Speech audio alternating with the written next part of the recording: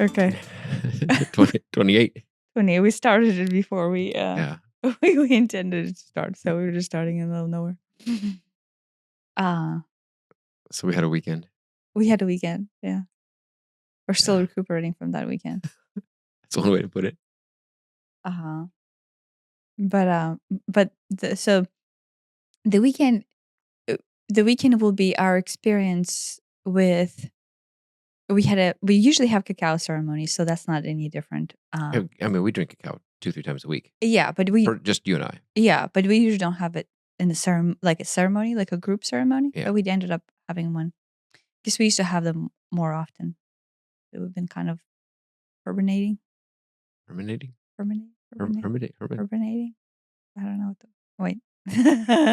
Hobbit. Hobbit. Hobbit hole. We've been hobbiting, but we decided to have a ceremony, and then during the ceremony, I guess it was covered by surprise. There was no plans of it whatsoever. Given the opportunity to partake in a little hapé ceremony. Yeah. And for those that don't know, hapé is a what I thought it was the administrator would smoke this tobacco stuff and then blow the smoke into your nose.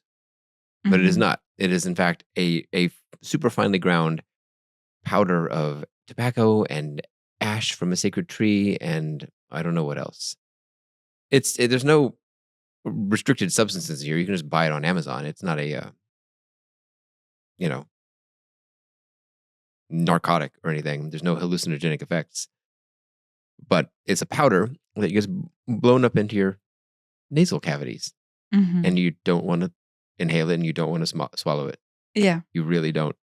You really, really, really don't. Trust me. But it is native. It is native to the tribes in the Amazon. Yes. And they use this. The tribes that they're now trying to come on, basically come back into existence from being wiped out, are bringing these ancient practices back. Yeah. Ayahuasca being one of them, and then of course hapé being one of them. Yeah. And so we had an opportunity to do hapé before our ayahuasca ceremony. Yeah. But we were recommended not to, because usually if you do hapé for your first time of doing ayahuasca, you're not going to do ayahuasca. Right. And so we came there for ayahuasca, and so we did not participate on hapé. Yeah, which was smart. Very smart. Now that I have experienced both. So yes, so it was complete surprise, which I think was great for me because I tend to get nervous about things that I don't know. Yeah. No, I mean, it was a surprise. I don't know what to expect. I didn't expect it to be the people that administered it say that they do it like 3 times a day, and they're showing how much they do, and they're like, yeah, well, it'll be like a third of the amount, and it'll be a gentler blow and everything. And I'm like, oh, if they're 3 times a day, it's no big deal. Well, it's a big deal. It's and then our other friend who had never done this before, she did it for us, and she was just sort of sitting there in like a meditative pose after it, and we're like, oh, yeah, but she's just like a martial arts qigong tai chi master, black belt 5 times removed. Her whole life revolves around. She broke a finger in a sparring match and just continued with the broken finger and won it. No, she put the broken finger behind her back. Oh, that's right. And continued to fight with like her left hand. Yeah, the judge thought she was being, showing off. Showing off. She's like, no, I have a broken finger. But she won that match. Yeah, but for us to judge, was our fault. We shouldn't have judged how it would be based on her reaction. That's true. But yeah, so what it does, I guess, to me, immediately, what it did is that it's supposed to open up your chakras, like a very visceral opening of your chakras. And then the second that happens, everything that causes the chakras, everything that is sitting within your system, within your energetic system, that causes blockages, has to fly out, because guess what? This thing has quite literally forced the chakras to fly open. So it is kind of like like If you if you needed to release something, then you were holding it and holding it and holding it for years. This thing is just like slap you in the face, and then guess what? Things come up. Yeah. So for the first 30, 60, 90 seconds, maybe, it wasn't overwhelmingly unpleasant. It was like, it was like, like you felt, I would say eye-opening, opening. but it's more like third eye opening. Yeah, it opens your third eye. And well, like to me, almost like my entire system went bzzz, and I felt myself go, whoa. Right. And then like there is like expanded. I mean, it's probably, there is like nicotine in there. So it's like, basically an IV of nicotine right into your, because I think it gets absorbed in your mucous membranes up in there. I don't know how it works.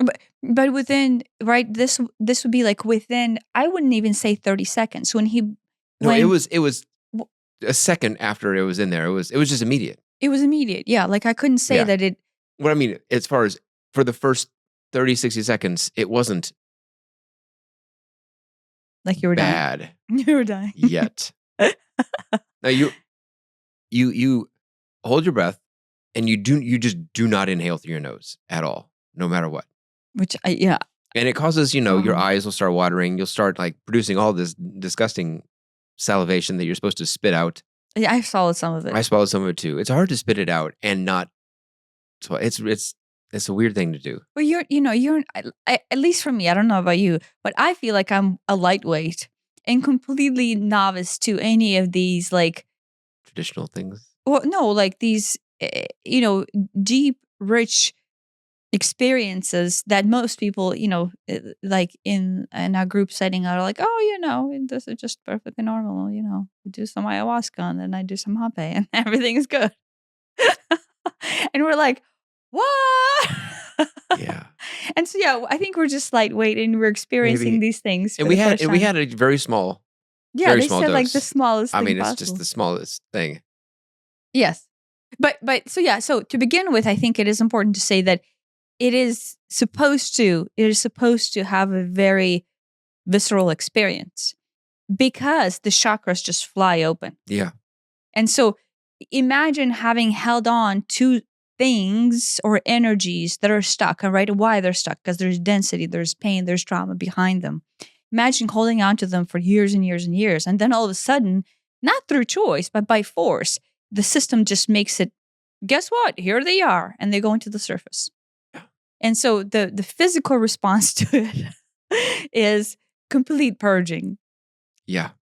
Like the most immediate purging I would ever experience in my life. Right. Even though we both tried really hard not to, I don't think I breathed any of it. But, and I held it in longer than I should have. What does that mean? I waited too long to blow my nose. Oh, I didn't blow my nose at all. No, my nose, I guess, kept on running and I kept on wiping it, but I did not blow it. I ended up blowing it, but is that you were supposed to do? That's what they were doing. Oh, I did not know you were supposed to blow your nose. But it didn't really help. No, I guess I did not blow my nose at all. So, it felt like an eternity, but it was probably like 2 minutes before I started blowing my nose, 2, 3 maybe. But it was, it got physically unpleasant really quick. Mm-hmm. Yeah. There's cold sweats on my hands, my feet, and my arms and my legs, like the worst cold sweats ever. Mm-hmm. And like, a lot of nausea. Like the intestines are all gotta poo, maybe gotta throw up. Just I did all fast. I did all fast. And then I didn't throw up, but I threw up a little maybe bit. Could have. But with me, I realized vomiting is basically that kundalini traveling up your spine. So I just need it, and I felt like after I did one pass at it, that was enough. But then the rest of it, of course, I was just so basically I was on the floor all evening and night long, like just laying there shivering. Yeah. It felt like eventually, like 10, 15 minutes later, it felt like to me, like if I would drink too much, if I'm like 1 or 2 drinks past where I should be into like, oh, now I feel bad. It was similar to that. Mm-hmm. Then, mm-hmm. The next day was more like a hangover. Mm-hmm. This is what we did it Saturday, Sunday, Monday. This is Tuesday, and I'm still not at 100%. Yeah. Yeah. Yeah. I mean, the my goal is not to have people not experience this. So like No. we're saying all Oh, these we say all these things things. all as if Yeah. it's terrible. I think I'm talking about first I'm starting with all the physical things. Yeah, and I want to say I think my perception to spirituality and to letting go and to actualizing self, whatever you want to call it, right? Let's say ascension, enlightenment, or just knowing, never in my mind somehow registers that there might be some unpleasant things about the process. Like I never, it dawns on me how much I don't understand that. Because I keep on thinking, oh, love and light, love and light. What's so funny? Do you remember what Kevin said in the yoga this morning? Mm-mm. Is, we did that yoga where you roll up the mat or a blanket into a ball and basically lay on it and it's pushing into your Oh gut. yeah, but he said that many He times. said we've done it dozens of times. Yeah. And it's sometimes the transformation can be uncomfortable. Yeah, but it first has to start with uncomfort. Yeah. Yeah, no, but that's exactly what it is. And I think it is important to point out is transformation is not always comfortable. And then, but for some reason, my brain keeps on not registering that. And anytime I'm uncomfortable, I keep on being surprised. I'm like, wait, why am I uncomfortable? Why am I throwing up all night long? Or why am I on the floor shivering from cold sweat? Yeah. So that was maybe 4 in the afternoon we did that. And we were laying on the floor. I don't think you got off the floor until I just crawled. until I crawled out 2 of the bathroom. a little after 2 a.m. Yeah. I got off the floor, but it was just in order to like sit in a chair, Mm-hmm. which was, a lot. It is nice that I had no clue what to expect. And two, I also did not like overstress about it because I had no idea where we were going to do it. It was a complete surprise. And I Yeah. think that's good for me. Yeah. Because otherwise I would like tense up and I don't ever want to read about anything that I'm doing because that's definitely not a good idea. But even like overthink it, I tend to overthink things. Yeah. So the physical part was maybe not the most pleasant. And I still struggle to see how someone can do that 3 times a day. I don't know. Maybe you build up a tolerance or you get used to it or something, or Yeah, I mean, just like, first time you have a sip of beer, it tastes terrible. it still tastes terrible. And then 10 years later, an alcoholic and puff pudding, 2 cases a day. That's true. I think that's the same way. Yeah. But the, spiritually and emotionally, what I got out of it was easily worth it. Mm-hmm. Yes. Yeah. It, we just had the, you, me, and our friend had the most deepest. I mean, I don't know whether to call it a conversation or call it a therapy session. But I haven't felt the same since. It was awful and it was great all at the same time. Yeah. Yeah. What came up? Do you want to talk about that or no? I'm sure. I mean, I guess, how I would not really, be myself, and I would, not let myself feel things. And if I feel something that is negative, I would suppress it, repress it, pretend it's not there. Less so than, 5 years ago, but still I've been doing that. And, under that umbrella is, if there's something that, you do that I don't like, I would never say or do anything about it. That's one of the biggest ones, that how much I've just not been feeling. Not not letting myself feel. Because I don't think it's okay. These emotions are not okay. I'm not supposed to have these bad emotions. Which it's like I already know that it's okay to feel bad. I think I've even said it on the podcast. I know that. I know that up here, but but knowing it here is a different thing. It's easy to sit here and say do this, do that, as I'm not even doing it. But uh, it cracked me open in a way that, well, that both lets me feel and be okay feeling, and at the same time be removed from it in a like I can't say that I don't feel things because in fact I think I feel things more now than I did before it. But there's the feeling something. I feel happy, I feel angry, I feel whatever. And then there's the charge behind it.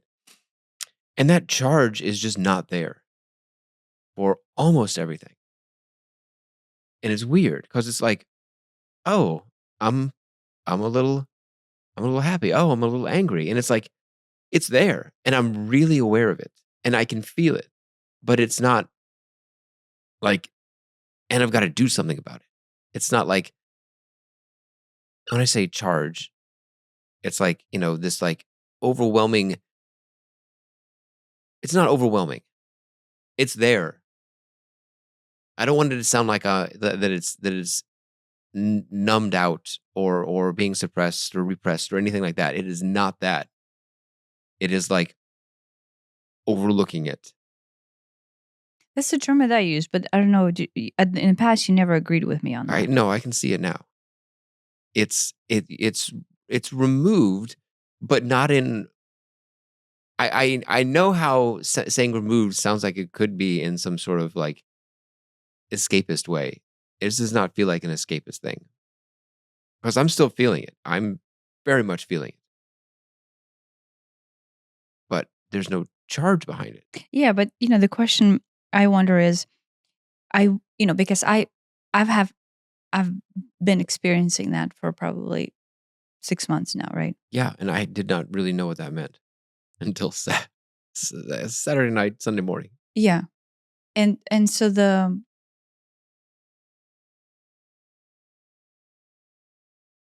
I wonder if the response that we're having right now is maybe for the first time the appropriate level of response, as opposed to everything else we have been used to, Right. when we thought it was an overreaction or underreaction, or this is the level how happy looks like, and this is how sad looks like, has been not out. Normal is not the word I want to use, but inappropriate level of response. Yeah.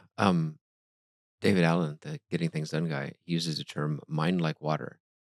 And what he means is, okay, you got a lake and you throw in a little stone and it makes a little ripple, and you throw in a big stone and it makes a big ripple, and the lake responds with the perfect response to the size of the stone. So the response is the appropriate response. Yeah, it feels like I am not overreacting or underreacting. It is just is. I don't know. It's so weird.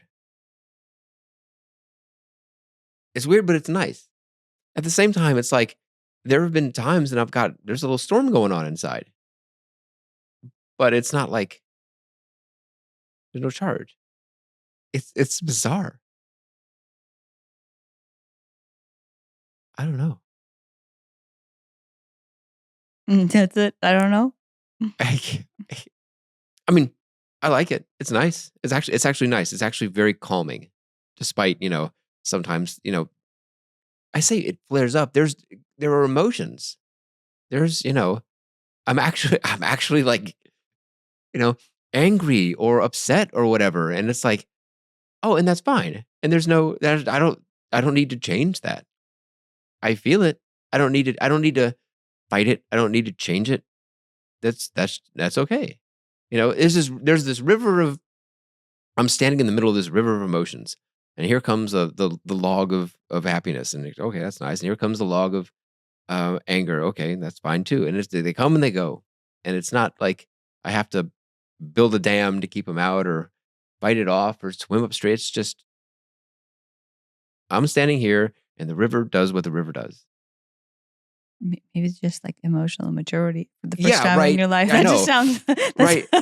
I know. I'm saying this as if this is a huge epiphany to me, which it is a huge epiphany to me, but I've had a cramped emotional range historically.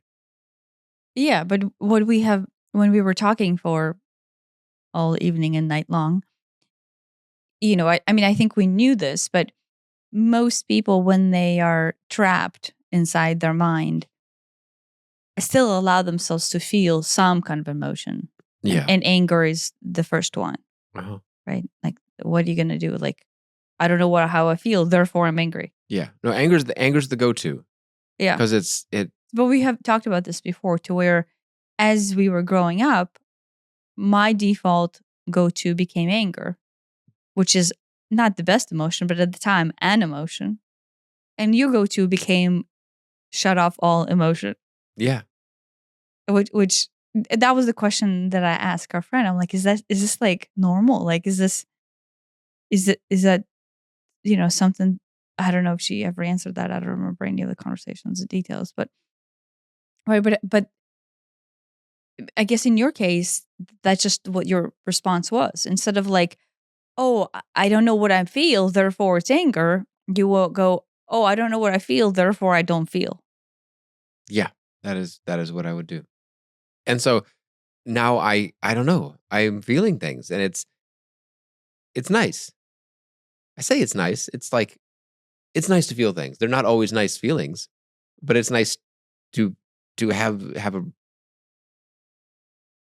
vocabulary, emotional vocabulary. Yeah. Yeah. Yeah.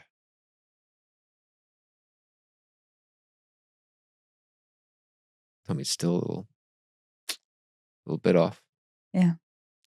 I guess I talk a lot. So I felt like I was talking a lot anyway that night.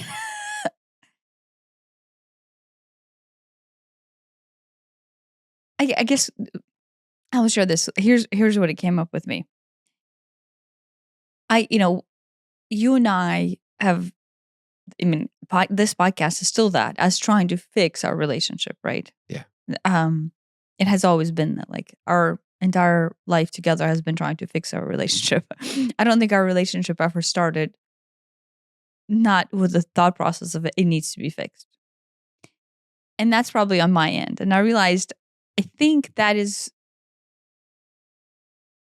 my primary hurdle. Well, maybe I'll start with this. For the last 2-3 months, what I have been releasing is fear. Various buried degrees of fear. And anytime recently I'm talking about anything, it seems usually fear based, right? It's like, oh, I don't, control. What control is there for? It's to mitigate the fear. Or like, oh, well, here I am, not sure what's happening. Oh, well, guess what? I'm afraid, right? And so it has been very obvious that what I am working on right now, and have been working on for a long time, I guess, is just releasing fear. And so what came up with me was, and I will say it how it will come out, and then I'll start clarifying it, not to make it sound as terrible as it actually sounds. But because our marriage has been so broken, right? And this is what our therapist friend pointed out, is that my idea to fix our marriage, I'm trying to think if I'm boarding this right or not. How about I'll just say it and then see how it comes out. My idea to fix the marriage is to have you see why you do things the way you do them, right? And instead of it becoming this passive thing of like, well, here I am working on my pain body, And here I am trying to actualize myself into understanding. I wanted you to do the same thing because I love you, one, but two, because I'm afraid, right? And then there's fear there that unless you do those things, you and I are not compatible, right? This is what came out, right? Is that what came out for you, or am I wording it better now? That's a good way to word it. Okay. And so what I realized is at the baseline, what there is there's fear that you and I are not compatible, right? So like that became very apparent to me. Like, oh, that was a decision that I determined when I met you. And then basically propagated that all the way through. Not saying that that wasn't true back then, right? Like back then, maybe we weren't compatible. Maybe we were not supposed to get married. Maybe I should have broken up with you back when, all the shit went down. But everything in our life reinforced within me the fact that I thought that you and I were not compatible. As opposed to if I were not to be living in that fear and actually let things be what they are, at any one more moment, I can then evaluate whether or not we are compatible. And so it's almost impossible for me to evaluate whether or not we are compatible if my definition at the core of my belief is we're not, and then everything in our life is there to prove that. You're basically manifesting that up.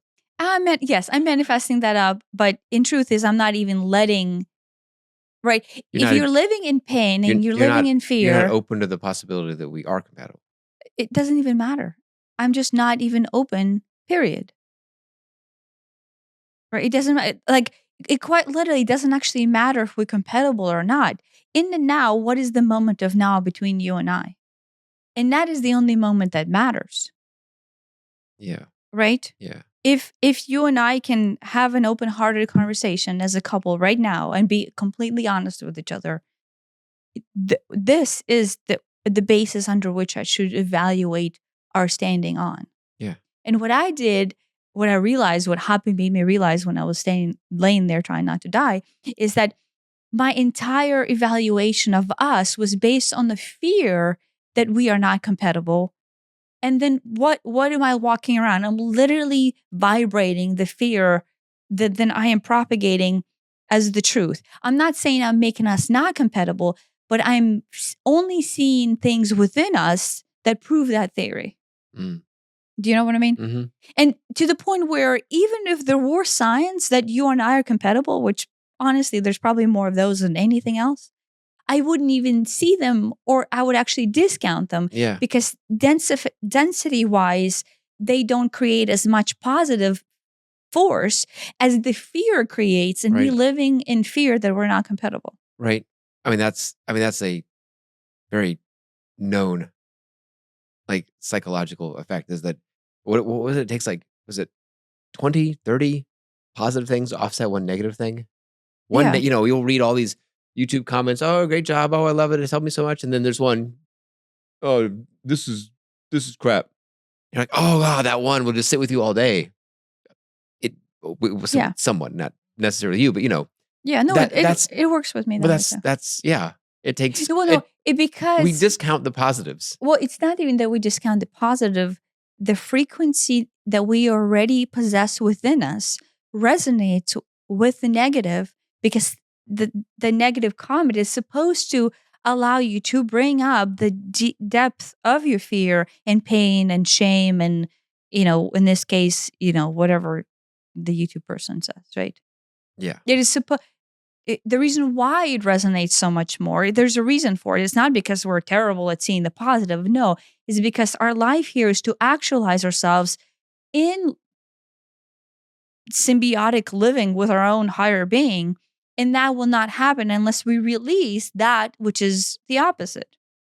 And so that which creates turmoil and shields us from the symbiosis causes us to have the most impact or the most emotional range, but it's there so we can see through it. So sooner or later, right, instead of me going, oh, we're not compatible, oh my gosh, we should not be together, and here's all the proof, right?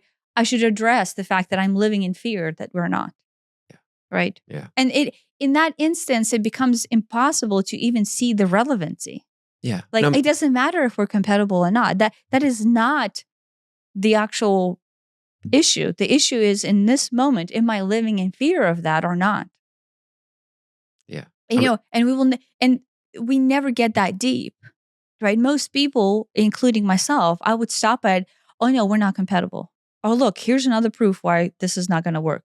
Here's another proof why, and this is just a matter of time, and it's a ticking time bomb, and this is not going to work. Now, it might still be the case, so I don't want to take that off the table for you. Right?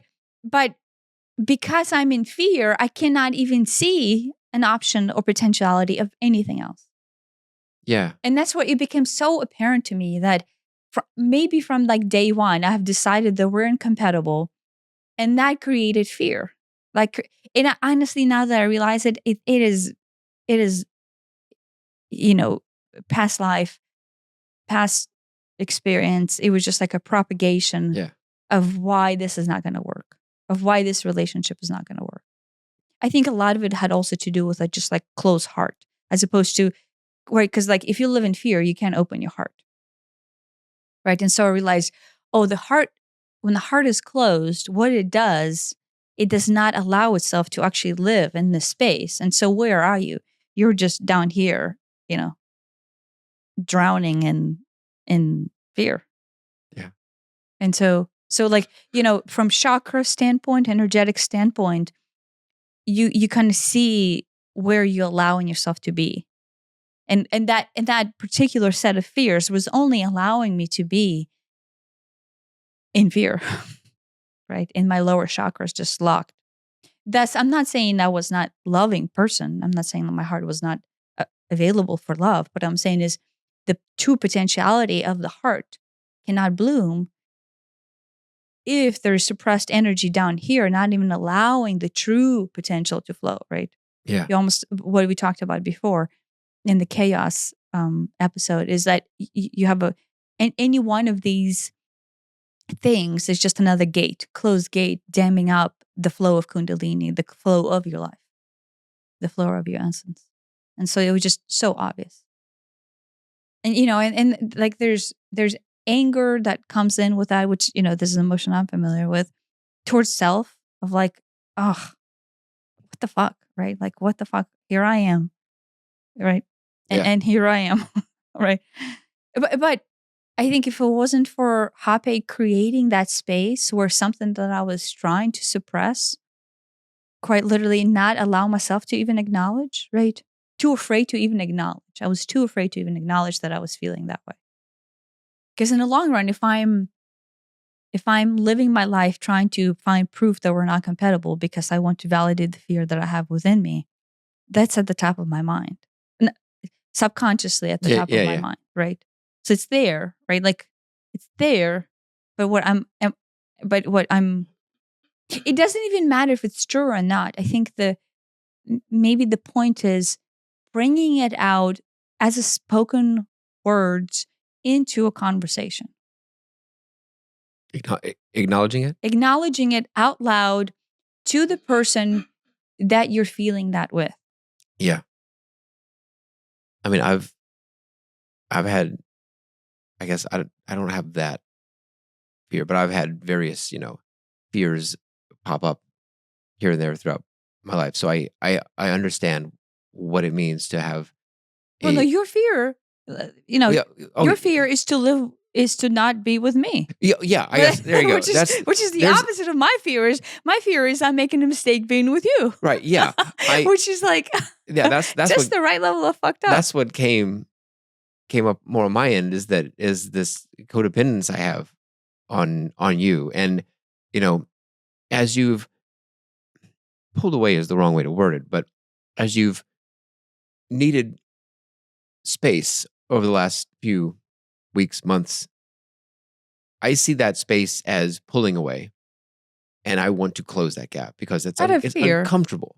Yeah, it's out of fear. It's out of fear of losing you. It's there are different in psychology attachment styles. I don't you could look at it that way, or not. But You see, I don't believe in the attachment styles. I think that's another one of those tricks to allow us to live in our pain body. it's Just like the I'm language using of it love. as a way to like describe what I feel and what I do. But I don't. But that is very incomplete way to look in at the it. attachment style. So what you're referring to is your attachment style is like, oh, if things go wrong, you need to get closer to somebody. For what? For what? Right? And with me, when I am disheveled and I don't know what the fuck's happening to me, I need personal space in order to figure out what I am doing with my life and with myself. And that personal space is not there because I want to push other people away. It's because I don't want to subject other people to something that I don't even understand within myself. And that is not an attachment style. That is just the approach to how I deal with unknown. Yeah.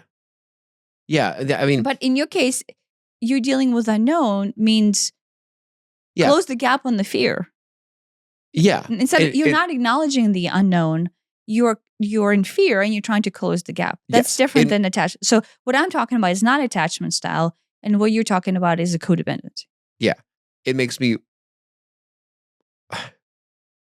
It makes me wildly uncomfortable when there's a gap between us. It feels like I'm losing you and therefore losing myself, and everything's up in the air, and it's wildly uncomfortable. And I mean, to the point where it felt existential at times. Like, yeah, but that's a stereotype of codependent relationship. Yeah, no, I know. What's even funnier is that I know this and have known this about myself for a long time.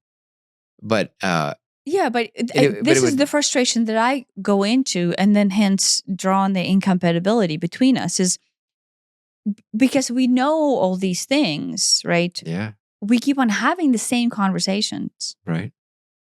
We keep on having, we're not moving forward. That's what almost feels like. The frustration is we're not moving forward from the original story. Right. And I'm not saying the original story is not good, but it's such a stuck cycle on your end of codependency. Yeah. That yes, maybe you're making progress, but at the end, despite the progress, we're back in the same spot. Yeah, that's the thing, is that it feels like progress, and it feels like I recognize it, and then I work on it, and then I don't feel it. But what happens is it just starts creeping back in, and I don't notice it. And then, weeks, months, year later, I don't know, I'll be back to the point where if you do pull away, I'm so deep in it without even recognizing it that it just triggers me out the wazoo. Yeah. No, but let's say we have lived that cycle 20,000 times. Yeah. What does a new cycle look like? The new cycle is I don't as of the last few days, I don't feel that. Which part? I don't feel a need to close a gap. I'm okay with a gap. And gap is a weird way to word it. It's not, I guess I looked at it as a gap, and it isn't. Calling it a gap is like, it turns out is not even the right way to look at it. It's just being okay with however things are. There's no, I don't have a need to change it, to control it, to manipulate's the wrong word. But to mold it into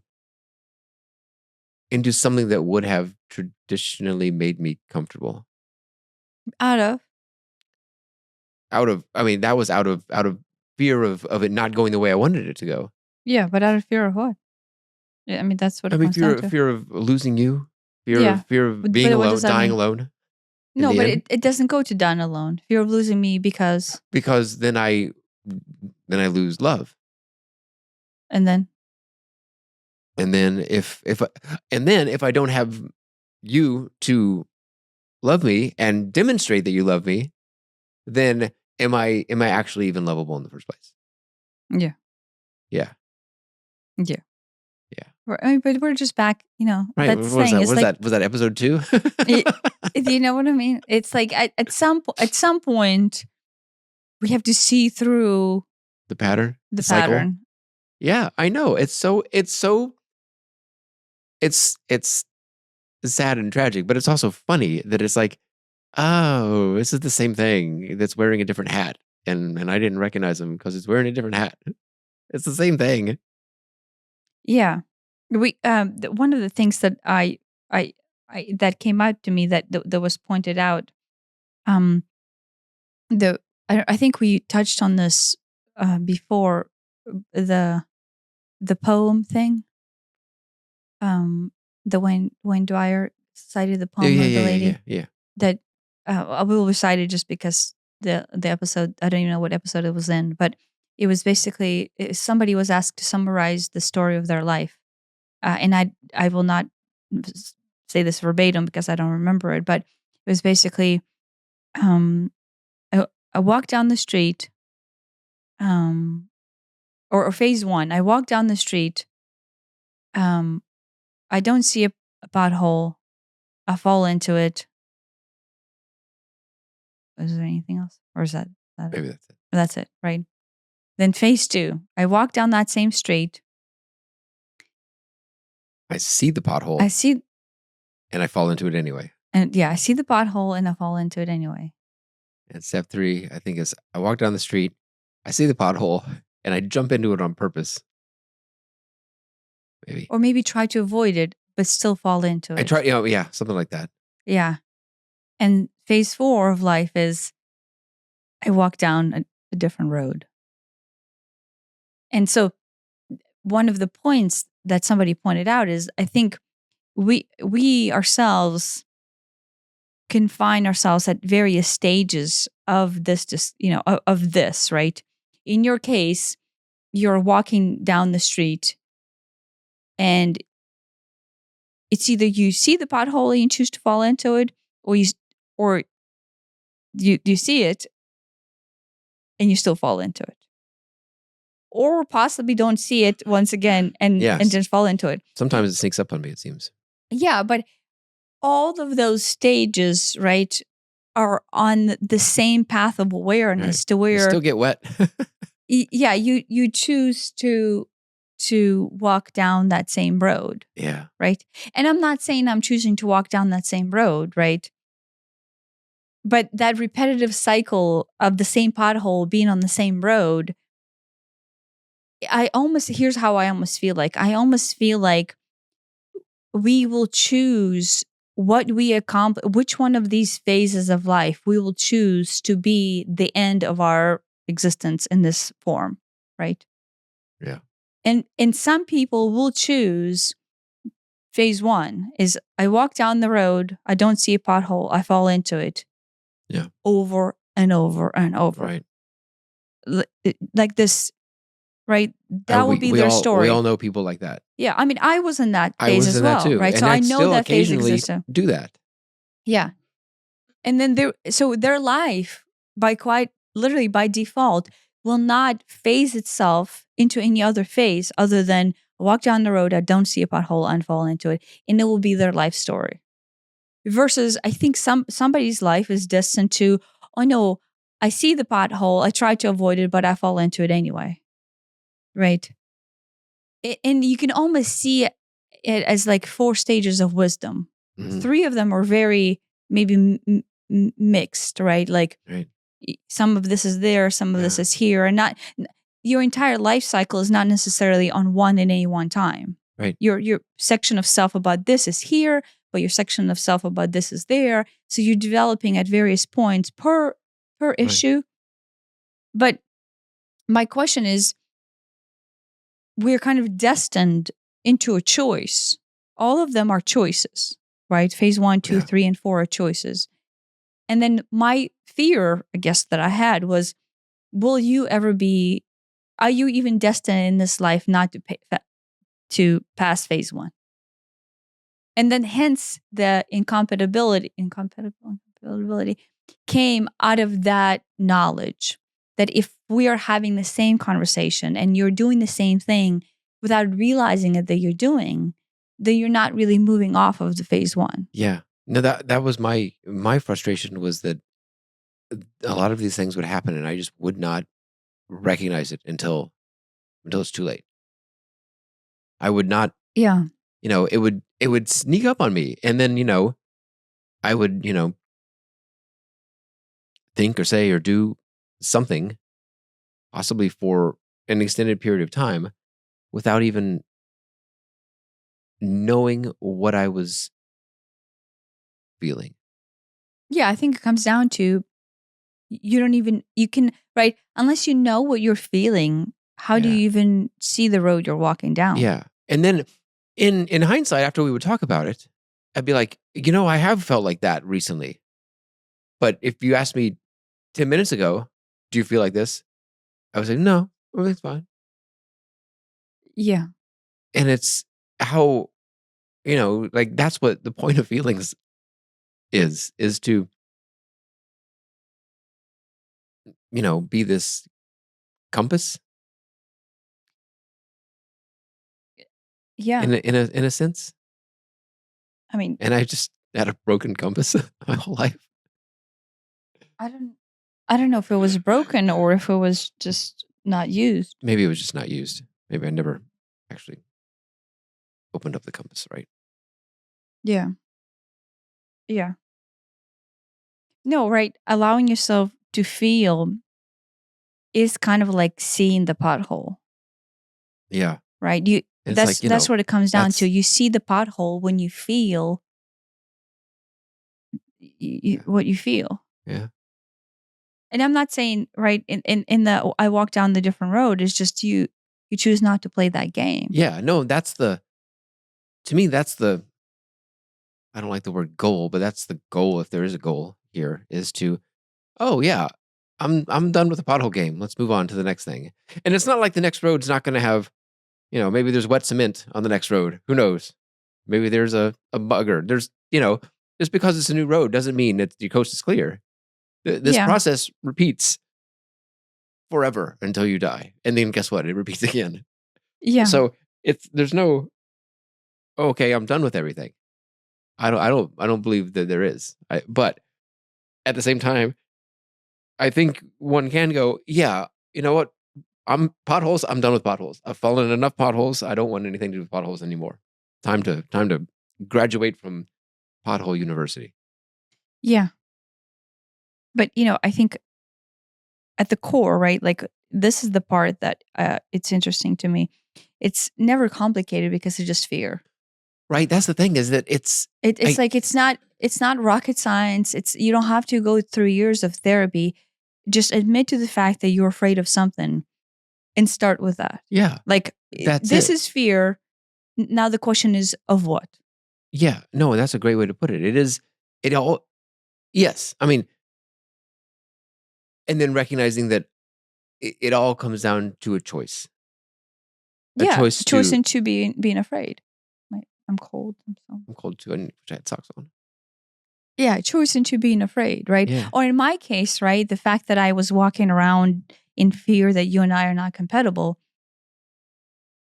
What good does that even do? Like Right. like if you go, what good did that serve me to think that subconsciously, obviously, but still to carry that? And it was almost like after I realized that, I'm like, wait, the reason why I'm trying to spend all this time talking to you and spend all this time making sure, I mean, one, yes, because I want you, because you struggle to feel that I'm there to help you because I love you. But two, it's also out of fear that like unless he decides to walk down the different road, I don't think him and I got tired of having the same conversation with you. I imagine you did. Right. I got tired of having it too. And I'm not saying this is a shot against you, but it's difficult to live with someone who's choosing at all times not to feel. I bet. Do you know what I mean? And so sooner or later, it's like, well, I'm feeling, and the only way I can get you to feel is, have a cacao with me and force you to talk to me on television, on podcast. Do you know what I mean? Yeah. Right. Yeah. That's frustrating, right? Yeah. Yeah, I bet. Like just like every day you're just walking, feel, right? And like, I, you know, I'm not saying it's great, right? Like sometimes you feel and shit. I understand why we choose not to feel. Yeah. No, that's the thing. But nothing can happen in life. Like the word I kept on using with you that I don't think you liked was honesty, right? And then we were using that word on Saturday when we were having discussions, and I do see it as honesty, like not honesty with me, honesty with yourself. Yeah. Honesty, like maybe transparency works better for me as a word. Yeah, I guess honesty works for me. Yeah, because the thing about honesty, honesty is a good word too, because it is like I've been like, you could look at it as lying to myself or hiding things from myself or not letting myself see or feel things. I think transparency works better for me, but I get why honesty is not a bad word either for that. Yeah, with me, I've said this before. I think change has to come from willpower, strength, and so to me, English is not my first language, but to me, word honest carries a larger charge than transparency. Mm. And so, like that, the choice and the determination that the opposite of honesty is dishonesty or lying is there as almost as a guide to help me have willpower into Interesting. determination for change. Yeah. The opposite of, transparent would be opaque. And that really well describes how I have felt. How? Just like, obviously I've had these feelings my whole life. I've just suppressed them, right? And so it's almost like I've tucked them behind some sort of brick wall, not to be seen or felt.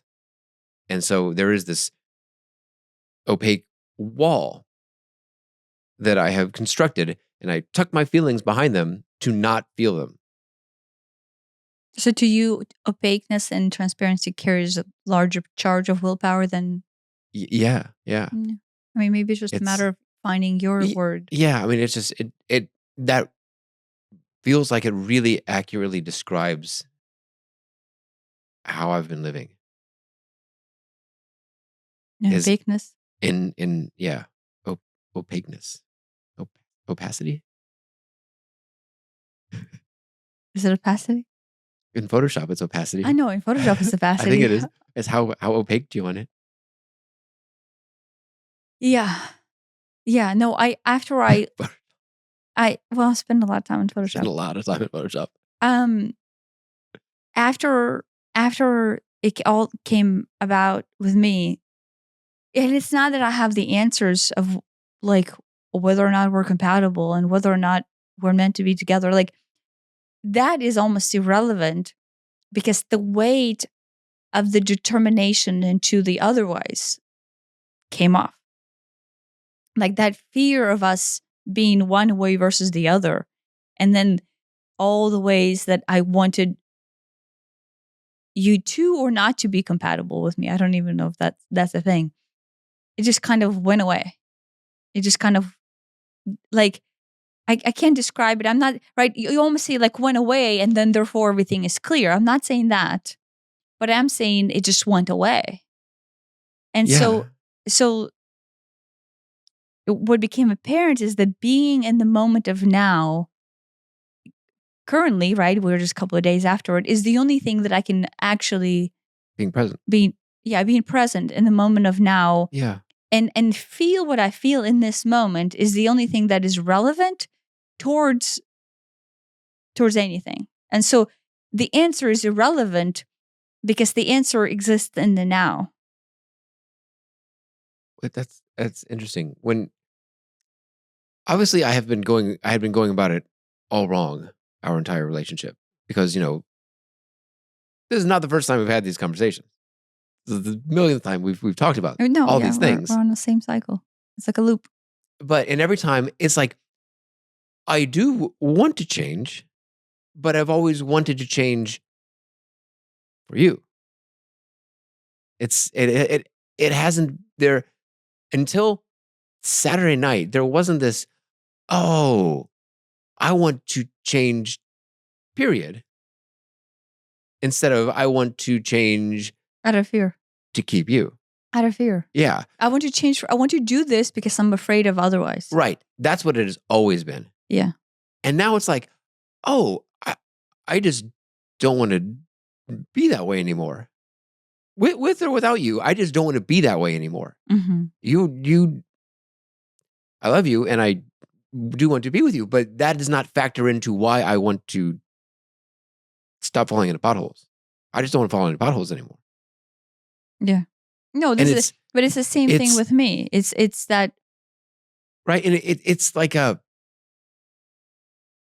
it's such a bizarre shift. It's like the end result may look the same, Mm-hmm. whether you do it for this reason or for that reason. Mm-hmm. But this reason doesn't seem to stick. Yeah. Because it isn't like coming from inside. It's coming externally. It's like I guess it's driven by fear instead of driven by, this like knowing that it is not in alignment with you. In alignment with oneself, I mean. You know what I mean? Which part? The I mean any change, a codependent thing, this, need to close the gap, fear of losing you, it's all been this external driven and it's just It's externally I driven because it's coming out of fear. Yeah. When you recognize that all actions of self have been coming out not because you actually want to, but because you're afraid of what happens if you don't. Yeah. Then you realize, oh, wait, I'm stuck in fear. Besides the fact that I'm actually manifesting all of it, right? Which is where I came about. Like I'm literally manifesting it. But two, it is completely irrelevant. Because the only thing that actually matters is, am I vibrating in fear right now? Yes or no? That's the way you worded it. Is not because you want it, because you're afraid of what happens if you don't. Yeah. That's powerful right there. No, but there's something to that. That's I mean, to me, that was Saturday on the floor all night long and into the morning. Was right. I'm trying to mitigate the fear of what it means for us not to be compatible. And I'm like, what? I mean, do I enjoy recording podcasts with you? Yes. Do I enjoy having fights with you? I guess if we happen to have fights, yes. Do I enjoy actually feeling like we do come in? Yes. But all of those should be independent of me living in fear that we are not compatible. Should we not be together is the fear there.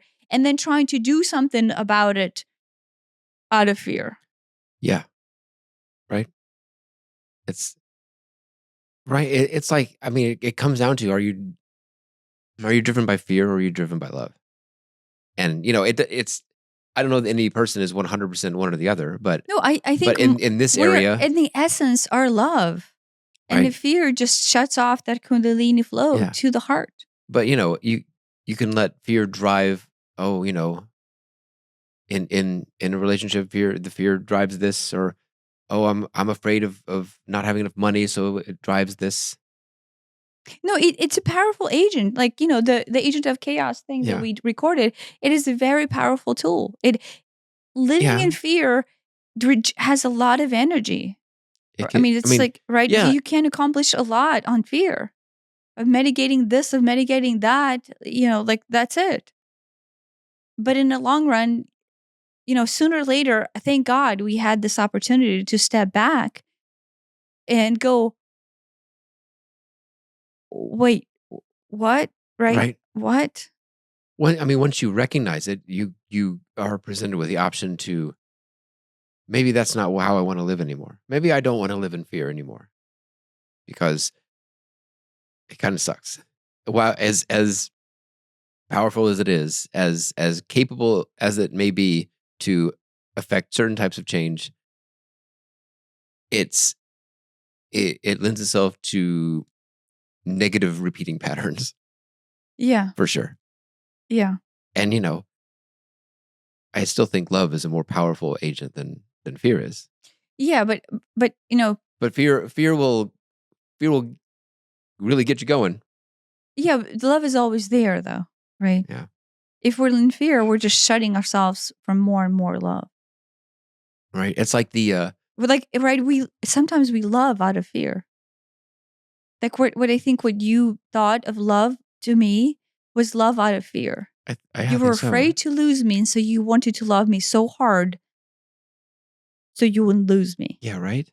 That's Right? that love. If only I can love you more, then you'll Yes. love me back.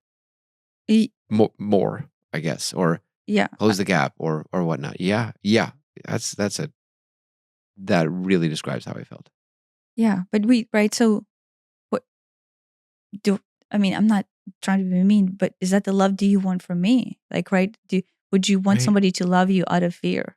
No. That's like what? Right? I'd That is rather be like feared than loved. Tyrant style. not fear than love, loved out of fear. Yeah. Okay, yeah. Yeah. Yeah, you're right. Like maybe fear than love is better than loved out of fear. Feared out of fear is at least honest. Yes. Loved out of fear is Who does that serve? yeah, that's Not the person being loved and not the person trying to love. Like there's no redeeming quality there. Other than it might make you aware of your fear.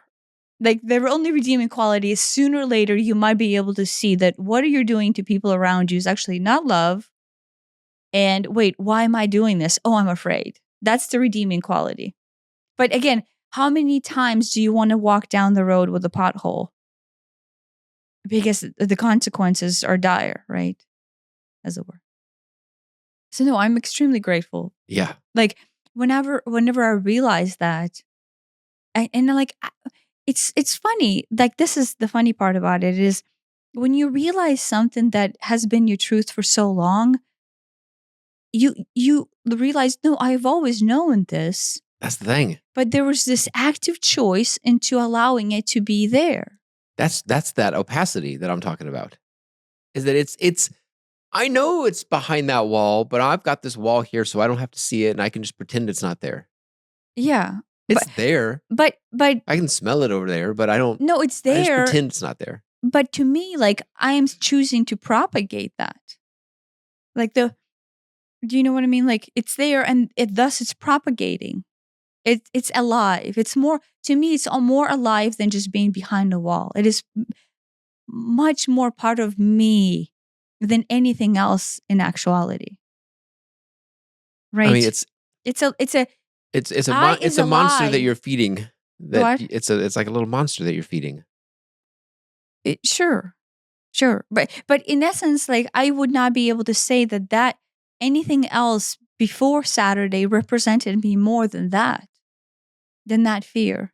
The fear, right, in our relationship was weaved around the fear of this not being a kosher thing. And then thus, I cannot tell you that was not the dominant energy in the thought process subconsciously, not as a malicious intent, but subconsciously between you and I, for me, for you. That was it. That was the whole that was the revolving door. That was the main attraction. And so to say that, oh, these little things that happen on the back of our head that are subconscious are there and they're small and they don't really matter, I think is a huge understatement. Because in that experience, what was very clear is that is the only thing that is driving my behavior. Nothing else even has a chance. In fact, truth does not even have a chance. Love does not have a chance because I'm walking around afraid. Yeah. Right. And I don't, right? It's so it's so weird in a way. I don't even know where I'm going with this. Is that it's like, Well, we want to diminish. I feel like we as humans come into this life full of fear, and our entire life we're trying to diminish how much of our life is actually fear. yeah, Right? So I think we were, correct me if I'm wrong, but your thought process is you live it, but you don't want to admit to yourself that you do.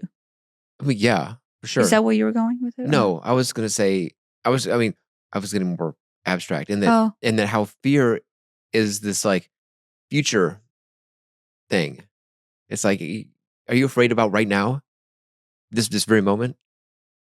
Not usually. yeah.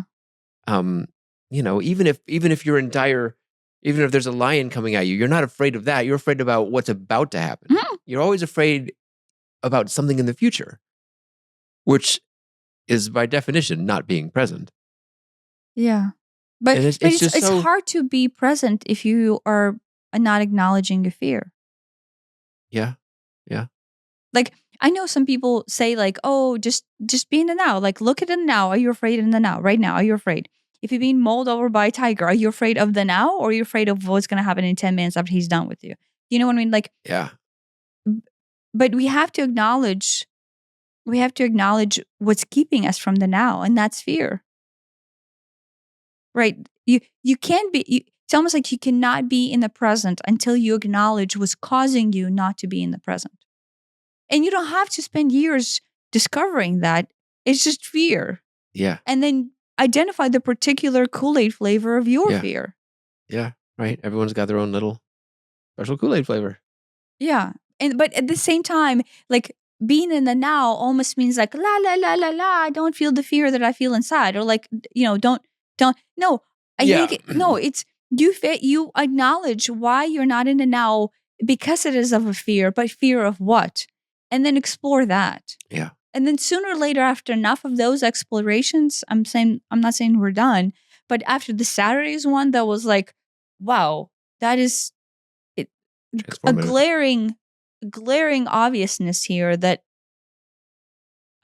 thank God I see it now, but like, I don't want that forward. Yeah. I don't, it's sort of, one, it's not, doesn't even make sense. Two, it is dissurfaced to anything in my life. You, me, my children. I mean, heck, just the existence of humanity living in fear, right? And two is what good does it serve? Like what is the point there? Right. It doesn't do anybody any good. But it goes unacknowledged and unexplored. It just sort of sits in the back of everybody's mind, sat in the back of my mind forever. Even if I knew it was there, right? I'm trying to think what it is that is so different about Saturday's experience that I've been unable to muster up my whole life. Right? A year ago, do you want to live in fear? No, nobody wants to. Mm-hmm. It's not because we want to. In some way, I'm sure the fear is, it's obviously a coping mechanism to make us feel safer. Well, if I'm afraid of this, then I can control the situation and not do that. I can craft my life or craft the situation in order to avoid X, which I'm afraid of, and move more toward Y, which is what I want. Yeah, I get that. But I still think you can move toward Y without necessarily living in terrifying fear of X. Yeah. I mean, in my case, our relationship does not really have any way of reaching any kind of full potential if I am at all times subconsciously thinking it's going to fail. Right. Or if I'm, deathly afraid of it failing. Yeah. Yeah. I mean, it's kind of interesting. Once again, Perfect match. perfect match See? for fucked upness. There we go. There's your evidence. Here's the reason why you should continue to be with me. Oh, No, right? live it out. And so then after I realized that, I'm like, oh my gosh, if we're not compatible, I'm super afraid of that. I'm afraid of what that means. I don't want us not to be compatible. I do love you. And then it was strange because then I went, wait, I'm afraid of us not being compatible, but I do love him. I'm like, that does not actually make sense. How can I love this human being and then think that we're incompatible? And maybe that's still the case. Maybe that's still the case that you could love somebody and still be incompatible. Yeah. But then the thought process was, but does this relationship even have a chance if I think we're incompatible? Right? I mean, that seems like a big hurdle to a relationship. I said, I love you. And you started crying. Why?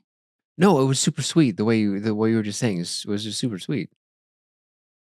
That you From know. codependency state of things? No, I don't think so. Just it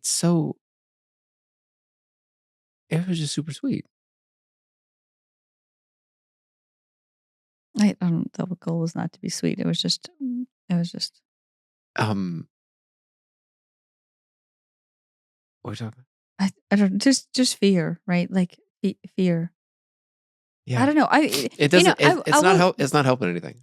Yeah, and I will say, like, right, I don't have the answers to you and I don't actually know if we're compatible or not. I will say this: I do not want to be with somebody who is stuck walking into the same pothole. Yeah, and I don't want to not walk into the because same. I don't love you. I wish that for you not to have, but it's almost like sooner or later you outgrow a relationship if you're having the same conversation. Yeah. And after 20 years of having the same conversation, I myself want to have a different conversation, right? And it's not that I don't love you. I love you, but I want growth in my life, and I want somebody to be there with me that does that. I mean, obviously, we're still growing there, but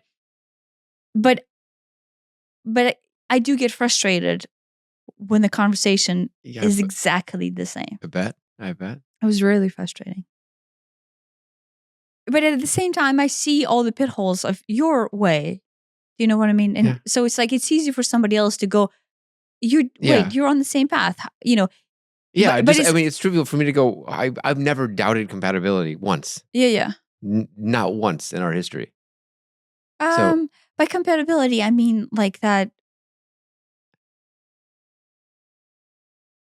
The reason why people get into a relationship with each other is because they want to grow together, right? Yeah.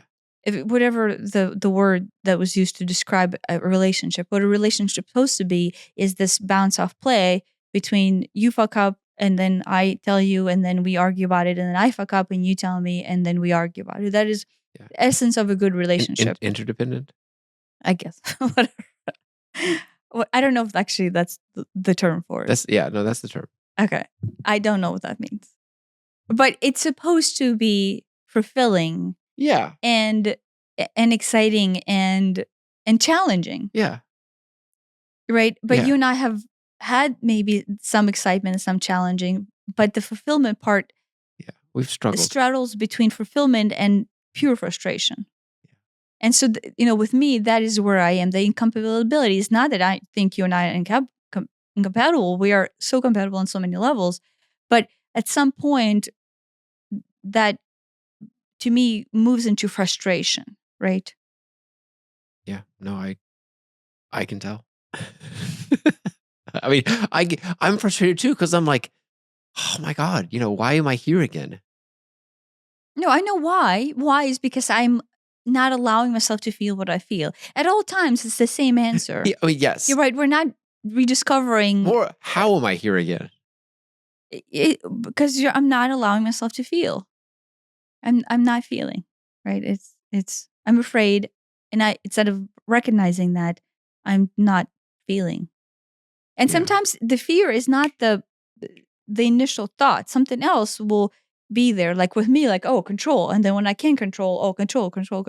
And control with me masks the fear out. Do you know what I mean? So I can be frustrated about control, but then sooner or later, we should just erase all bullshit and go, okay, regardless of what we think this emotion is, the truth is it's fear. So I'm controlling for the fear of what? I feel abandoned for the fear because I'm afraid of what, right? Like, it's just fear. And I think if we just be on, like, that's the thing, word with me, honest with ourselves that Okay, I feel all these things. It is okay to say that I feel like I'm out of control, or I'm in a tailspin, or I'm angry, or I'm frustrated. But then ... because I'm afraid. Yeah. And see, I would never even let myself say that I'm. Yeah, you just don't let yourself feel. Yeah. Yeah. The feeling. So you're that, because I'm afraid to step 2, I wouldn't even let myself get to step 1. Yeah. Yeah, no, I know. It's, I mean, what's interesting is I'm curious to see where this will go. Yeah, Like, I am too. I mean, one, I mean, whether or not it's you and I continue to be compatible with each other. But like, just allowing things to be what they are. right. Like, just allowing things to be Yeah. what they're meant to be, as opposed to shutting yourself off from the possibility of anything, good or bad. Yeah. Yeah. Yeah. Like, just in fear of mitigating good or bad. Like, oh, I'm afraid. I don't even know if it's good or bad, but I'm going to mitigate it. Right? Like, Yeah. Control. Well, control out of fear. Yeah. Yeah. So just, it'll be, I don't know, I'm sure we'll record other podcasts, but it would be interesting how this progresses. Yeah. No, I mean, I went, I came out of Saturday night, Sunday morning just so positive. I still felt terrible physically, but just so energized for, like, everything was just so clear. Everything was it was so obvious. It, obvious that it was all a choice, that, Mhm. I have been, living in fear, and now I don't have to choose that anymore. Yeah. There's a choice to walk down a different road. And so I was just giddy with excitement Yeah. out of that. Trying No. not to throw up. Yeah. No, I would.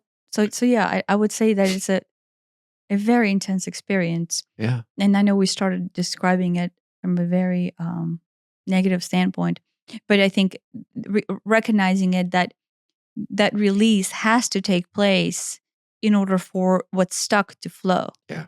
And so that's what happened to us. Like, later in the morning, early morning, I realized, oh, that's what the experience is. You have so much physical, visceral release of, poop, vomit, cold sweats, shivers, tinglings, Yeah. everything, that the body's just so open that those things that were just so stuck now have an opportunity to come up.